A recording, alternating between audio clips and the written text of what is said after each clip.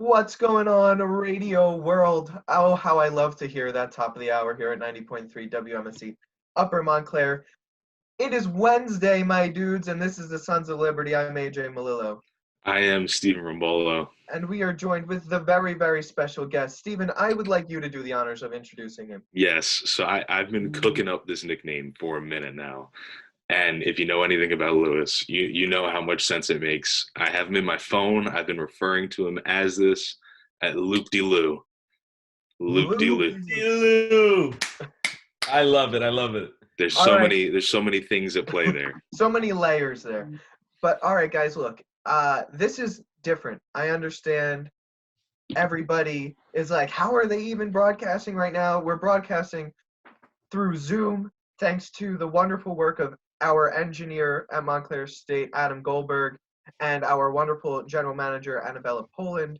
They jump through hoops to get us on air to make something seem normal in this. Not even hoops, probably rings of fire. Fair. Probably like loop-de-loops of ring of fire. Fair. In this seemingly chaotic time, we're getting on air for you guys and for us so that we can all be a little bit sane and a little bit normal, right? We could try. I want to start off by talking about what life in quarantine is like for us Montclair State University students, how classes are, how you guys are doing. A lot's changed since last week when we were last on Instagram. That's true. So last week, Stephen and I during steak night were broadcasting live on Facebook and Instagram. We were answering questions, and it was a whole lot of fun. I really enjoyed it. But a lot has changed. So, Stephen, why don't you start us off? Talk about a little bit of what's gone down since then. I think, obviously, as a matter of just living in the state of New Jersey, right? Because you could be listening anywhere. We have been issued a stay-at-home order, which wasn't really in effect, wasn't even thought of as being a possibility last Wednesday, but now here we are. Governor Murphy has closed all non-essential businesses, restaurants, takeout only, and we are supposed to not leave the house unless it is to go either grab medication, food. That's about it. The governor's encouraging us to be outside on the nice days, but he's pushing hard on social distancing, maintaining this 6 feet distance between people. So personally, I know if you know anything about us, if you listen for a long time, I have a great community down here. I'm back home at the Jersey Shore, and we had a nice little cookout in the garage next door, but we spaced the tables and the chairs out, so we were all socially distanced away from each other. So you can still, have these moments of normalcy and adapt to it, life in New Jersey. The other thing that I want to talk about very briefly, that's the governor did do before we jump around more, because it's important and near and dear to me, is he made a statement saying, don't come down to your second homes at the Jersey Shore. I can't stress that enough. If you're I was so happy to hear him say that, because the systems down here, even the grocery store that's around the corner from me, can't handle the influx of people, let alone the hospital systems, the doctors. If this disease starts to spread down here, we're not equipped for that. We don't have that population density year round, so we are not built like that. So things are absolutely changing in the state. All gatherings are banned too. Before it was 50, I believe, when we got on last week.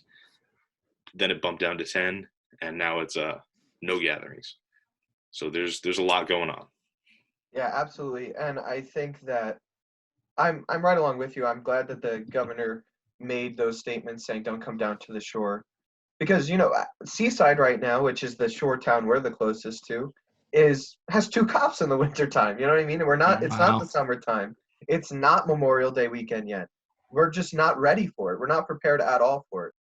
And so you're right, the governor has been on the ball exactly with that stuff.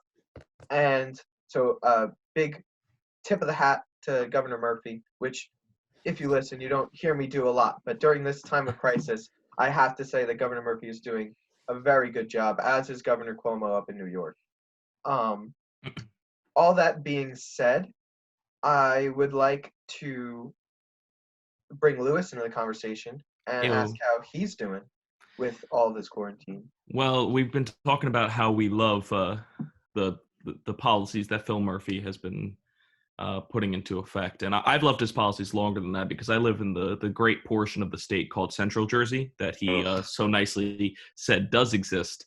So And incorrectly, you mean? He's pandering, trying to get your vote. So I live in the great part of the state of Central Jersey, and right now I live in a suburb. There's pretty much just normal towns. It's medium to larger towns, but we're not talking city and we're not talking rural, just right in the middle there. And I have seen no traffic on the roads, which is incredibly awesome to see because that means people are staying off the roads for the most part, besides getting that essential stuff. But I have seen a lot more people out on walks and they're socially distancing themselves. And I've seen these people and I've never seen these people ever before. So I don't know where they're coming from, but everybody and their mother's going for a walk right now.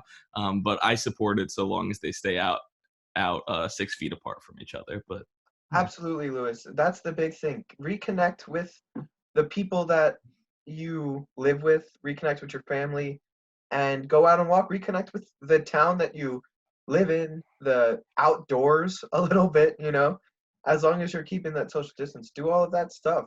I'm telling you, make the best of it. I met new neighbors in the past few days in from 6 feet apart. I met new neighbors, and I think that's very funny. People that have lived there for years, they're going out on walks, and people are smiling at each other, waving at each other, just no handshakes. That's all. Exactly. So that is perfect, and that's exactly what we should be doing in this time. Just try and make the best of it. I know, Stephen, I'm sure you walk around town, but they closed the boardwalk and everything too. So what's going on? Well, they didn't close the boardwalk yet. Boardwalk's still open. It's the beaches that are closed, only in Seaside Heights right now. So not allowed on the beaches, which I mean, to me, this is a community where you have a lot of fishers, you have a lot of people who like to go out and surf. Doesn't seem like the best idea, but I understand the point. I was taking a run on the boardwalk the other day, and tons of people out there. You would have thought it was like a late September kind of day where there's just people walking around, families, all the restaurants up there, which is another thing that I wanted to touch on was local businesses. Since they can only do takeout, hurting obviously, but some of them still have their doors open. A lot of the pizza joints, trying to make it work, which is again super important right now, especially if you're in a community like this, where you'd have people who come in, regulars, come sit down, order a pizza. You got a breakfast place. I know Fast Break right by you is popular, but can't do much if people aren't allowed in. So there's a big effect that is being had on small business, which I know we'll touch on again when we talk about the bill that was passed last night. Yeah, the bill that was passed last night, the bill that wasn't passed before that. So we'll have a lot to talk about when it comes to the federal government's actions in this time of crisis. And I'm sure we'll spring some debate on really deciding when is the right time to open the economy back up. And I know that Stephen and I had our virtual class last night, in which there was a little bit of a tension on that subject as to what the president's decision is with opening the economy back up. So I'm sure we'll get involved in that a little bit later on. Just as another matter, real quick, just pulling from the governor's Twitter to talk about updates in the state of New Jersey. This is from yesterday. He's been putting out these stats every day as they come into him.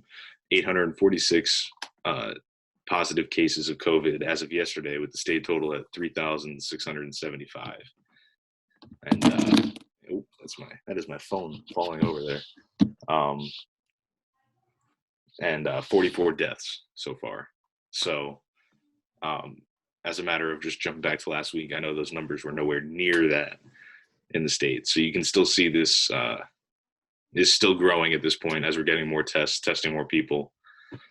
So absolutely. I think right now it's a good thing that we're seeing the numbers grow. And I know that's a weird thing to say, but it's only because right now that we're finally testing. I know that we're still on the upward side of that curve, but we are starting to test now. Those testing facilities have been having to close like an hour after they open to new people in lines because we don't have enough tests to go around. So that's the reason we're seeing numbers go up, is because we're testing people. Exactly. And that being said, when it comes to the testing, I know that new tests are being produced, tests that you get the information back within 45 minutes. When this started, it was like 3 to 5 days. But we are joined, I just heard the join of a very important guest and somebody that we need to talk to during this. Miss Sophia Gianniscoli, how are you doing? Hi, I'm good. Can you hear me? I can hear you great. So Perfect. Sophia is a very important guest to us. She's on every week if you listen to Sons of Liberty. But during this time, unfortunately, Miss Gianniscoli's dad was tested positive for the coronavirus. And if I'm not mistaken, did you also get tested, or are you just self-quarantining? I did get tested, yeah. So you were also positive along with your dad, right? Yes. All right. So thank you for joining us. I hope you're doing well. How are you feeling? I'm feeling a lot better. The last 3 days have been the best I've felt since I've been stuck in Virginia. Yeah, I get a little bit better every day. Perfect. That being said, let's talk a little bit about the test because it looks kind of scary. How does it feel? So I was very nervous going into the test because I had seen all these videos online and heard a lot of people were like, it hurts so bad, it's terrible, it's like the worst feeling in the world. So I was kind of freaking out when we were on our way to the testing place. And it really wasn't that bad. It was very quick, less than 13 seconds, I would say, in total. It's like a very small, for me at least, it was like a really small Q-tip thing. And they just kind of stick it in your nose and twist it around, and then that's it. Perfect. I'm just going to ask you for technical purposes, can you flip whatever device that you're using? Because you're kind of sideways. Ah, perfect. Thank you. Yeah. Other than that, I've heard some horror stories on the illness itself. What were your first symptoms, if you had them at all? What were my first symptoms? I think it started with the sinus pressure. So I had very, start to finish, this was very mild for me, comparing it to other people. But started with sinus pressure and headaches. I then developed some soreness in my throat along with a slight cough. I have asthma, so I'm always coughing anyway, but this was different. It felt really heavy at the top of my chest. And then the headaches became more regular. I had shortness of breath, which is kind of scary. I've had to do breathing treatments and stuff for that. But it was very mild. I would say the worst symptom I had, the most intense symptom I had, was definitely the sinus pressure and the sinus pain. So it was every time I would breathe in through my nose, it was like fire in my whole face. What, Steve? Yeah, you got a question? Go. Yeah. Well, I was gonna say, all of that sounds frightening. Did the doctors give you any of indication of how long you may have had it prior to being tested? So what was that time frame like? So my parents went on a trip to Utah, and a bunch of people in Utah were all getting diagnosed at the same time, which was when they got back. So they got back on a Sunday. I got to Virginia on a Monday. My dad started showing symptoms the day I got here. So then my stepmom started showing symptoms. So that was a Monday. I would say that Friday.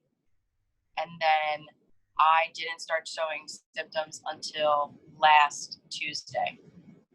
So I was a couple days behind them. Yeah. So overall, was this about a week that you were feeling symptoms? Yeah, like exactly like 7 days, start to finish. Cool. And how when was within the that? 7? Go, Steve. I was to say, when within the 7 did you get the test?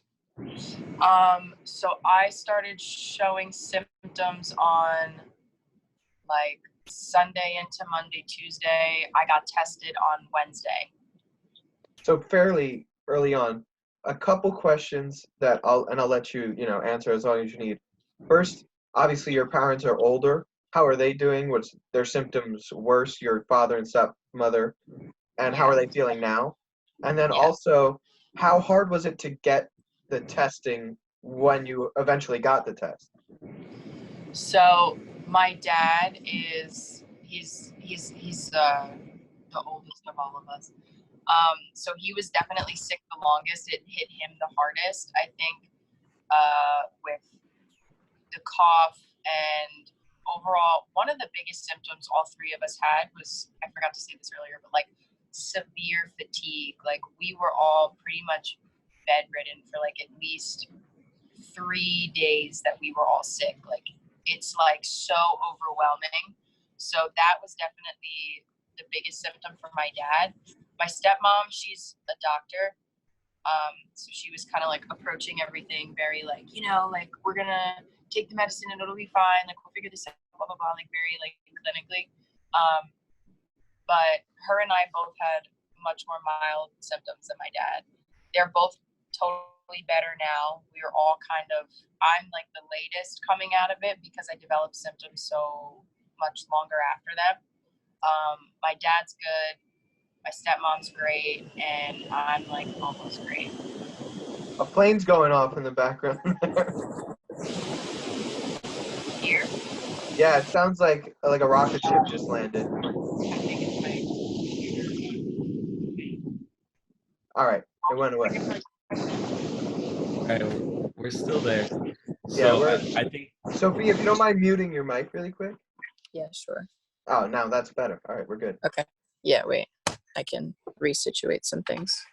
Sure. So while you do that, my next question would be, was how long did it take when you actually went to get tested? Right.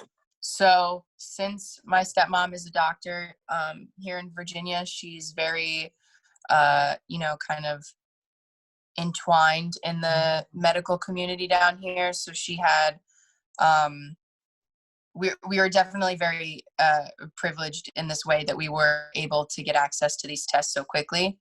So she had a friend who works in the emergency department of one of the hospitals down here. He's like one of the head doctors. And then his friend worked at the hospital where they were doing the tests. So after my dad was told he was positive on like Wednesday morning, I think, we were already getting tested by Wednesday afternoon. Because especially for, her practice and stuff and like all of her coworkers and all of their patients that they saw and everything, they needed to know whether she had it or not, like very quickly. So if nobody else has a question, after you got tested and it came back positive, was there anything that the doctors recommended that you do in order to sort of fight the virus? Yeah, so my stepmom and I both took Plaquenil, that malaria drug that everybody's been talking about. So we both took that. I think she was on it for 6 or 7 days, and I think today is my last day of taking it. So that definitely is doing what everyone's saying it is. I think she explained it to me. It basically like stops the virus from being able to like attach to the cells and stuff that it attaches itself to. So that's why it's like so good at fighting off the virus and everything, but it's definitely sped up our recovery process 100%. All right. Thank you so much, Sophia. We're going to probably have to let you go by like 1:30. So I want to ask you, what message do you have for people our age who think that either they can't get the virus, or that if they get the virus, it's not that bad? Yeah. I would definitely say you can get it. I've been like super, immune to like colds and the flu and stuff for like a couple years now because I've been like, taking vitamins, whatever. But it's so, so, so important for our elders and like older people in our communities that you stay home and, you be really responsible. Like, don't go out to parties, don't go out to bars, don't go, big congregations of people. Like, everyone's not taking it as seriously as they should. And like, I understand, we're young, whatever, but it's a really aggressive and really, fast working virus. So you might not feel the effects. I had a very mild case, but like watching my dad be sick as he was for 2.5 weeks was like kind of scary, and especially like for people older than him and, our grandparents and stuff. Like, even if you just stop by their house for 5 minutes, like they can be infected so quick. Like it's really, really important that you stay home and practice social distancing as much as possible. As some would say, spread kindness, not germs. Stay Yes, home. exactly. So, Stephen and Lewis, you guys have any last questions for Sophia? So when you felt all these symptoms, did you need anything from other people to help you out? So like say somebody knows somebody else who has the coronavirus. Is there anything that other people can do to help you? Maybe like bring groceries to your front door or something like that? Yeah, so we definitely took full advantage of our healthy neighbors and friends down here. Everybody was dropping off groceries for us if we needed stuff. Even the CDC and like the health department came and brought us like wellness kits Oh, of like wow. soap and gloves and masks and thermometers, like all this stuff. So I definitely would say help those in your like neighborhood or your family who like can't go grocery shopping for themselves, or if you are or someone is sick, get help like that. It's really important that you like do not leave your house if you're showing symptoms. So I got a two-parter here. How many days into the self sort of isolation quarantine are you? How many more do you have left? So I've I've been here since March 9th. We started quarantine probably that Friday. So because we were all kind of like overlapping each other's quarantine. So as soon as my dad started showing symptoms is when we all kind of started staying home. So time has blended together for me. Mm-hmm. So I don't know exactly how long that I've been here, but today is actually my last day of self-quarantine. I spoke to the woman from the Department of Health this morning, and she said I'm all good to go as of today. Nice. And are you going to need to get retested now?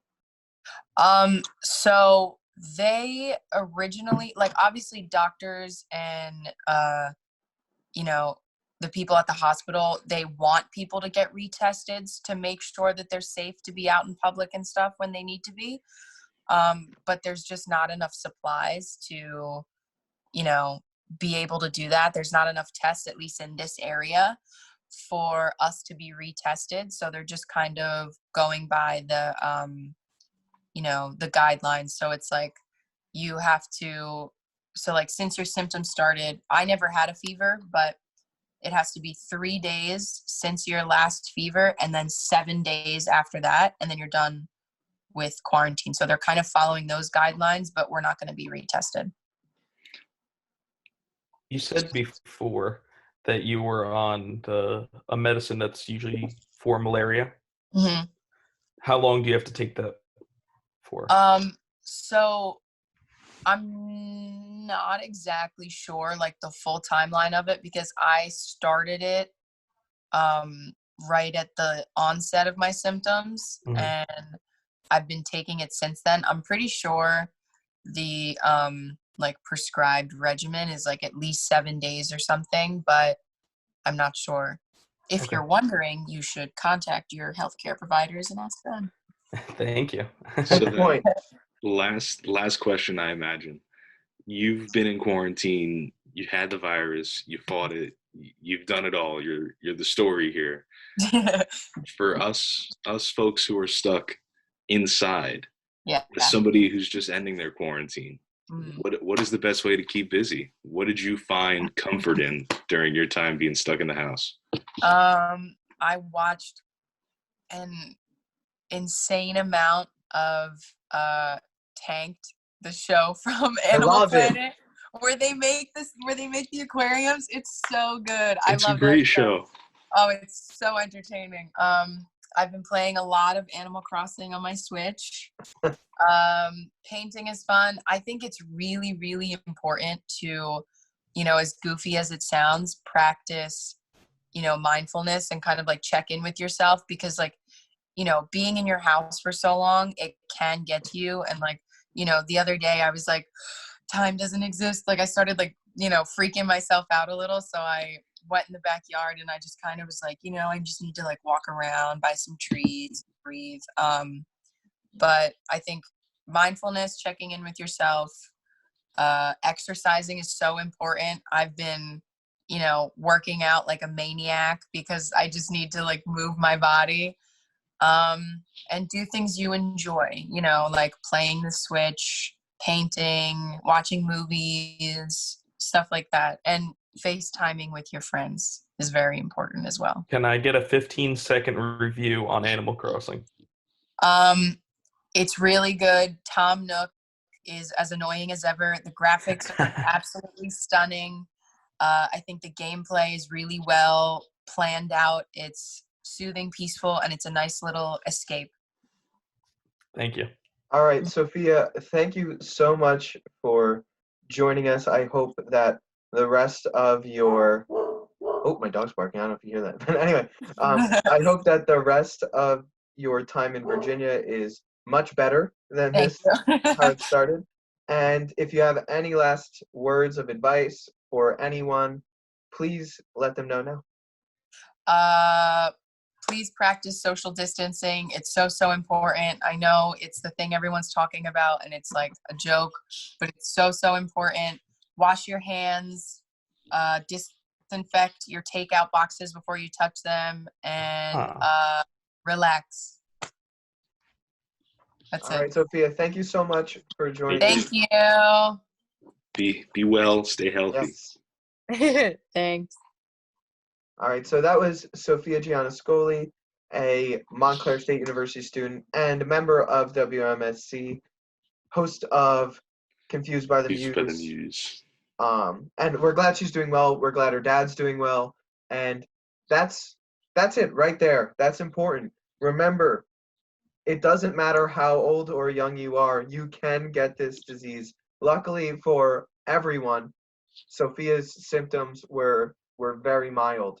But I have seen horror story after horror story about people having very, very severe ailments in our age bracket. So take this seriously. And even if you think you're invincible, which you're not, the people around you aren't, your parents aren't, your grandparents aren't. Be cautious. Do the right thing.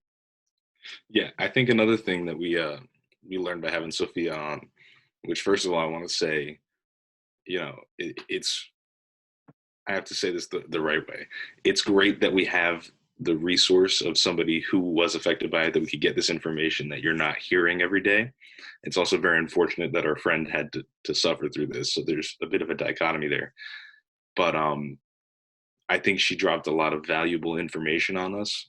And like I said, it's just beneficial to get a firsthand account of this thing that, you hear on the news and you hear your neighbors talking about from 6 feet away.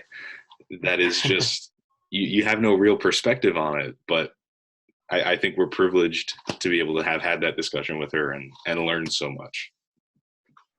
Absolutely. So moving on, I think that it's important to get some of the numbers out. So on our end, I'm going to share this map with you guys. Can you see it? Everything look good? Yes. So this is the John Hopkins map that we're looking over so that you guys can kind of get an idea of the numbers. There's been 441,187 total cases as of right now globally. China still leads with the amount of confirmed cases with 81,000, but second to Italy, and the United States has risen to third right now on the confirmed cases list with 55,568 cases.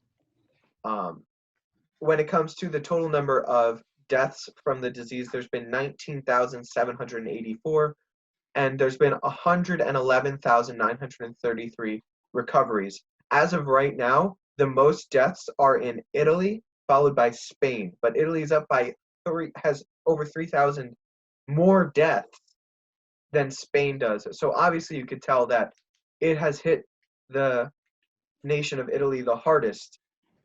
But that being said, it seems like, and I hear experts are saying that it seems like the United States, as when it comes to the number of cases, it's going to pass Italy, and it may pass China eventually. But hopefully we can, as long as we keep self-distancing and quarantining and all of those things that the doctors are telling you, wash your hands, do exactly what the doctors say, we can keep that number from getting up even higher. Well, here's the thing. Oh, go ahead, Liz. You're absolutely right that number is going to rise above Italy eventually, but we also have to remember the population differences between the two countries. Absolutely. The United States has 330 million people, and it's probably going to be growing 9 months from now, we'll say. And Italy has how many people? I don't know how many Italy has. It's much smaller. It's much smaller. So to say that we are going to come above Italy, that's pretty much well known. It shouldn't scare people as much as should just inform people that it's still a serious issue. Absolutely. And I think that another important figure is that right now our death rate is super low at this point, and hopefully we can keep it that way. You know, you pray that we can keep it that way, or if you don't pray, you hope. That being said, right now our death rate is right around where South Korea is, which seems to be the pinnacle of how to handle this virus, because they didn't have a high infection rate, they had a very small death rate, and they didn't have to shut down major sections of their economy for it. So if we could keep our death rate low, then at least we're doing something right. What is the death rate in South Korea? Let me check. I know that it is quite low. Like they've had someone else can like look up the exact number. I'm trying to find it right now as I scroll through this. Sorry for that. I know that it is the lowest among the countries that were hit fairly hard. Only 126 deaths with 9,000 cases. And it's because of they say that they were right on top of it from day one. This is as of March 6th, it was at a 0.6% death rate. So, and that's according to Business Insider. So basically, because they were right on top of this from day one, they got testing out quickly, and what they were able to do was quarantine areas with large community spread, along with quarantining the most vulnerable members of their population. They were able to keep the spread small, and they were able to continue working and their economy moving, even though some sections of it had to sort of cease. That being said, they are a much more, I'll say, authoritarian, that's not a right way to put it, but the people of South Korea are much more likely to listen to government-issued orders and sanctions and stay home.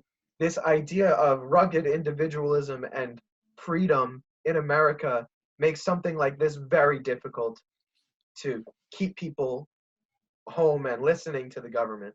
You're also talking about South Korea, a nation that is literally 10 times smaller right than the United States. So granted, I would argue our resource capabilities are, far greater. Like we could execute better with 330 million people than they could on their 39 million people. I just think that size is an important thing when looking at this particular issue, the actual size of a country and population. Absolutely. Germany also has a very low death rate. And again, what seems to be the key is testing right off the bat being a major part. And obviously we got off on a slow start in the testing realm. But I think that once you really see and I think that there's multiple factors as to why we started off slow. A mix of the president maybe early on not doing things that he should have been doing in regards to the coronavirus. To this day. But along with that there's a lot of regulation and FDA stopping companies and stopping other areas to be working on these tests, which Things also that the president could slash, though. Right, which he has been doing on a very, very quick timetable, although he should have been doing it earlier. I would agree. He should have done it when those senators found out about it and sold all their stocks in February. Right. Well, that's when he should have done it. That's another issue in and of itself, that we have 4 senators right now being questioned for insider trading because they found out about this virus and the effects that it will have on the economy and has had on the economy, and they quickly sold a lot of their stocks and made off with a lot of money. That being said, and I will say that I did say Madoff for on purpose. That's very funny. That being said, they claim that this was not insider trading and we are innocent until proven guilty in the United States of America. So these are all allegations I would like to put out. But that being said, what we should talk about is that our government has come to an agreement on the 3rd stimulus package. I'm going to pull that up for us on the screen share here so that we can all see it together. So this is from This is thread on Twitter, saying that this bill that is expected to pass includes $350 billion for small business loans, $500 billion for airlines and other corporations that are hit very hard by the epidemic. Boo. It has $1,200 in direct payments to adults that make less than $75,000 a year and couples that make less than $150,000 annually, including an additional $500 for each child. The White House has signaled that it supports the bill and it can go into effect within days. Democrats, a major fight is saying that Democrats are claiming this is bailout money and that it's going to help Trump's own businesses or businesses owned by top government officials. I'm sure Stephen and I disagree on that point. Is that how you read those words? Is that what it says? What did I miss? It says, the White House has signaled its support for the bills, and it goes into effect within days. Democrats fought to include I'm sorry, I misread that. My bad. It fought to include... That's a little CNN slip right there. Fake news. There you go. We're not all immune, right? Fought to include a clause barring any bailouts for Trump's businesses and businesses owned by any top government. But I know that they were also issuing... I saw claims that they were issuing that the money given to the airlines and other industries like that were bailouts, but I wouldn't use that term for it. The more I've looked into it, the more I've kind of changed my opinion on that, because earlier I would have agreed, but I'm not too sure, because to me a bailout is when the businesses make actions that hurt themselves and then ask the government for money. This global pandemic that hurts obviously airlines and other travel industries is not on the air. It's not the airline's fault that this happened, and so them being drastically hurt by it, I'm okay with them getting a one-time help. I don't agree. I think if a business fails, a business fails. That being said, rather than allocating, $500 billion of money that could have been distributed better to local businesses, or you could have upped the money given to individuals who are really being hurt this crisis, I would argue that the president probably should sign the Defense Production Act and start getting out government contracts to these businesses and give them the money that way. Well, So I completely agree with that too. Yeah. I think that's a far better solution than just signing a bunch of checks and saying, here, you're good now.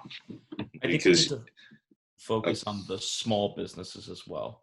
Small businesses need more help than these big, huge businesses like airlines. Airlines nickel and dime you for every single thing. They should have enough money saved up for something like this. I agree. Small businesses and consumers, the people that I think this bill was originally helped to or designed to help, are the people who are being hurt. You can't go out. I mean, we've seen New Jersey, they put freezes on rent payments, utilities. They've given you the option. I think the Trump administration, is giving you the option to defer payments on your student loans for 90 days. So it's clear that this has a larger and more direct impact on everyday people who might have been living paycheck to paycheck, who are now out of a job. I highly doubt that the CEO or the administrators or, the plant managers at Boeing or, the Hilton resorts, wherever you want to claim is getting hit hardest, are going to be severely out of a job, living their paycheck to paycheck. The same way a lot of these small business owners or small business workers are. I think that 500 billion is a little bit insulting, actually.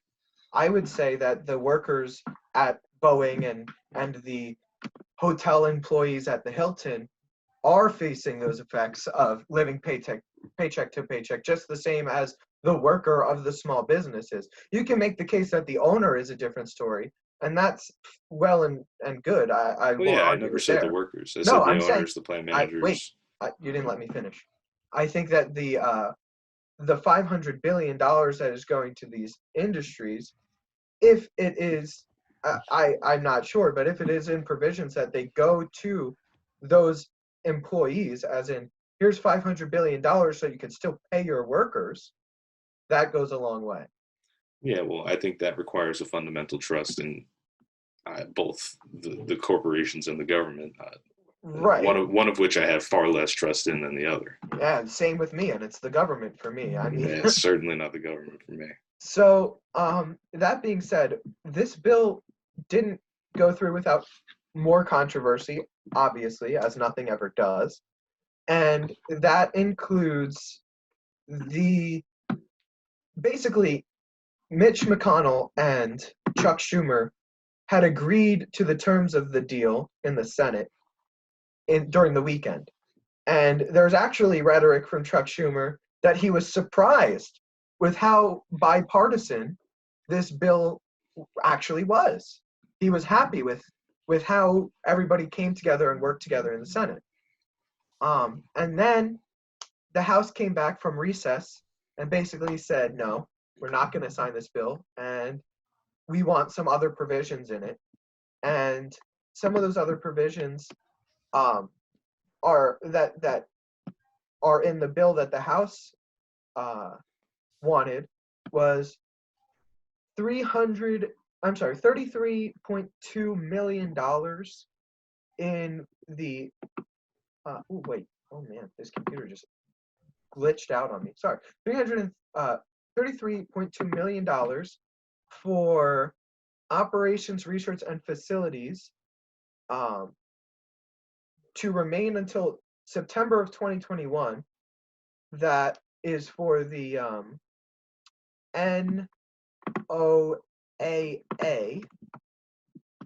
and then it's, if one of you guys can look up what NOAA stands for. NOAA, it's like yeah. The National Oceanic something. So for they're weather folks. $33 million for weather folks. $33.2 million for that. National Oceanic and Atmospheric Administration. There you go. Yep. $100 million for NASA for construction and environmental compliance, $278 million for the IRS, $35 million for the JFK Performing Arts Center, Yeah, I don't know what that's about. $90 million for an HIV program, and money for the National Center for Advancing Translational Sciences, $7 million for Gallaudet University, $23 million for Howard University, and $300 million for PBS, $500 million for museum and library services. So that's some of the things that Nancy Pelosi said she needed in the bill for it to be passed in the House. And that is and that is a danger. And we could go back to 2001 and look at what was crammed in bills after 9/11 by parties, by the Republican Party. This is the idea of, and a big reason why to go to the comment you made before, Stephen, why I don't trust the government a lot at all, actually, is that they never let to quote Rahm Emanuel, the governor of Chicago, they never let a good crisis go to waste.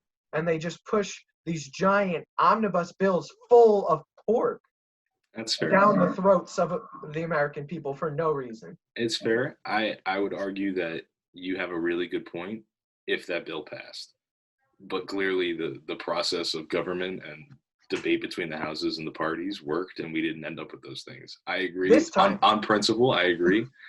Everything in that bill, with the exception of the IRS money, simply because the IRS tax season was delayed, so I can understand why they might need extra funds to deal with that. Everything else, disband the IRS anyway. Yeah. You and your guy Bernie Madoff would like that one, huh? Everything else, I agree. It's not the time to bicker and debate and try and do a little buzzword here, quid pro quo. I'll sign your bill if you give me the money for this. You have increasingly an exponential portion of our population is becoming sick, contracting this virus. People cannot go to work, and unemployment is skyrocketing. At like 20%, I think. It was at like 3. Yeah, the stock market is like Lewis would have fun riding the stock market because it's just up and down like the roller coasters. It's up, loop-de-loop. down. Yeah, a little loop-de-loo. You might see it go like this. Who knows? Now is not the time to try and throw in, what your $5 million for Howard University. Like it's not the time. There is a national crisis that is bigger than the parties. It is bigger than anything that we have on the table right now, because it is immediate and in our faces. And I think it'll be interesting to see, because I know we had talked about this on a prior show, and I've been thinking a lot about it, and I don't know how I feel about it yet. I had a family member recently make a comment who listened to a podcast that we did a while ago saying that they thought I was crazy because I didn't believe that the president would be able to unify the country in a time of crisis. And I said, I never want to see it happen. I don't want to know if I'm right or wrong. But I think if this kind of bickering continues and this back and forth, between the parties, between governors and the president, we'll have a case study for that. But I look to this passing of this bill as a moment of hope within that, because I don't think this administration's been perfect. I think there has been problems, but I think seeing, staunch opponents like Chuck Schumer and Mitch McConnell come together and agree on a bipartisan measure that's costing so much money that it's hard to even fathom is a really good sign. Right. And I think that the big key here is that one-time payments are different than multiple trillions of dollars many, many years. The whole point of government, in my eyes, is to sort of not screw things up when things are going well for everyone, and then step in and help out when things are going bad. And things are going bad right now. And this is the time that the government should be spending those billions and trillions of dollars. We should be accruing the debt that we shouldn't have had this whole time, right? That's what should be going on right now. And so I think that you're absolutely right, Stephen, with a lot of what you said. And to go on with that, not only is it nice to see, you know, Senator McConnell and Senator Schumer sort of work together for a little bit there. But it's also nice to hear, you know, Governor Murphy and Governor Cuomo, two very staunch opponents of the president, commend him at times and Earlier condemn him they were. at other times. It's not keeping that tone right now. I think it changes within the day. I don't know. It depends on their conversations that they have that day. I think it depends. It depends on a lot. I'll say that much. I would like to commend, though, Governor Phil Murphy in the work that he's doing right now, because he's been on Twitter every single day. He's been live streaming, telling the people exactly what he knows as he knows it. And but I've, like AJ, never really enjoyed Governor Phil Murphy's time in office. However, right now, I think that he's doing the exact job that he was elected for, and I am impressed. And if he keeps this up, you know, this could sway a lot of votes when it comes for him to be reelected. I agree. I think I said it earlier. I think Governor Cuomo is absolutely killing it in New York too. Absolutely. I actually, like, this is going to sound so nerdy of me, but I actually enjoy sitting down and watching him do press briefs because I feel like I get a lot of good information. I feel like he's a straight shooter, and I love his tone. What I've come to learn is that Governor Cuomo might be my favorite Democrat. I don't know. I'll tell you this about Governor Cuomo. And my mother and grandmother said it a lot over this past week. He talks to the New Yorkers like they are his children.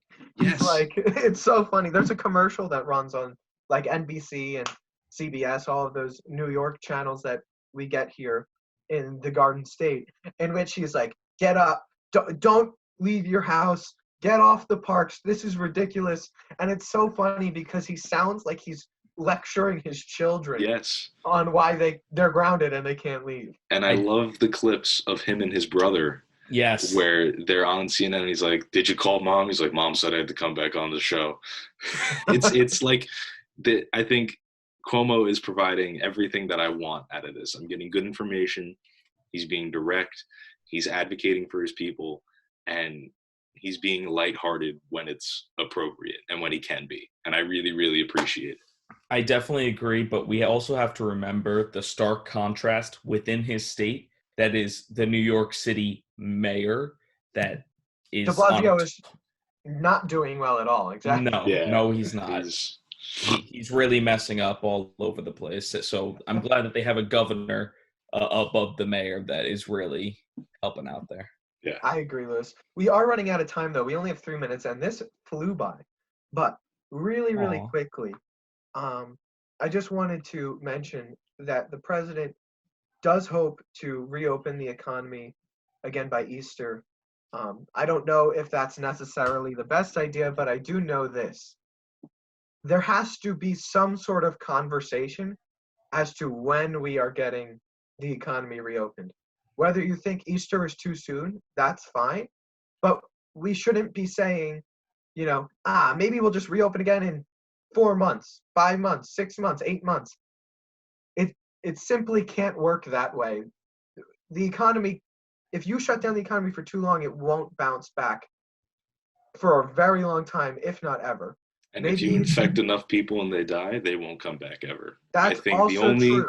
I think it doesn't matter what I think, what you think, what our little orange man who stands at the podium every day thinks, which is another one. It's great to see his face every day since he did away with press briefings like some authoritarian. I think what matters is what the experts think.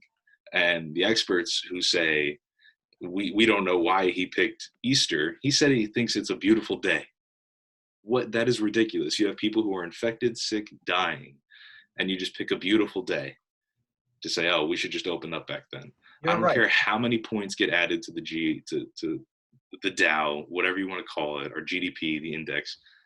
This is so much bigger than the economy, and the notion of even considering putting a value on the lives of Americans to bounce back from the economy is ridiculous. And I think it's an awful conversation to have when we're not even 2 weeks into quarantine. ridiculously stupid conversation. I understand all of that, but money, I get it. No, the idea that Capitalism, I get it. not even any of that. The idea that businesses can close and that won't also hurt the lives of many and lead to the death and poverty and impoverishment of millions of Americans is also an important conversation to be had. Yeah, we had it. They just passed a bill to help fix it. Just throwing money at the issue isn't going to help the economy in 5 years that has to be shut down for 12 months. I don't think anybody other said 12 problems. months. As the self-proclaimed moderator here, I wish we would have had this conversation a few minutes earlier because we are out of time. We have about 20 seconds left of the show. All right. Well, hopefully next week we can continue this, and hopefully there'll be tons more information. And if all things go well, hopefully soon enough we can see all of I could be with Lewis and Steven in the same room. But with that, I'm AJ Malillo. I am Stephen Rumbelow. And I am Luke DeLu. And this has been the Sons of Liberty. Thank you so much for joining in. Hopefully we gave you some sense of normalcy on this Wednesday afternoon. And if I'm correct, you'll be able to check this out on YouTube soon, yeah? Hopefully, if we can get the recordings from our engineer, Adam Goldberg. Again, thank you so much, Adam Goldberg, our engineer, Yes. like I just said. Thank you so much, Annabella Pullen, for making this happen. Thank you, Stephen and Lewis. And thank you, listeners, for taking the time out of your day. Yeah, definitely thank the listeners for listening to 90.3 WMSC Upper Montclair. Exactly. Have a wonderful week, everyone. We will talk to you soon. And remember that listening is easy, but doing is harder.